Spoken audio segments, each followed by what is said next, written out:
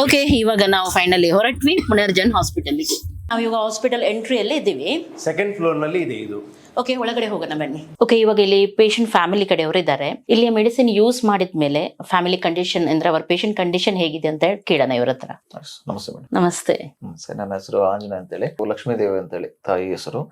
ಅವ್ರದ್ದು 4 stage cervix cancer, ಗರ್ಭಕೋಶದ cancer. ಸುಮಾರು chemo ಆಗಿದಾವೆ, ಆಪರೇಷನ್ಗಳಾಗಿದ್ದಾವೆ, ಇಮ್ಯುನೋಥೆರಪಿ ಕೂಡ ಆಗಿದೆ.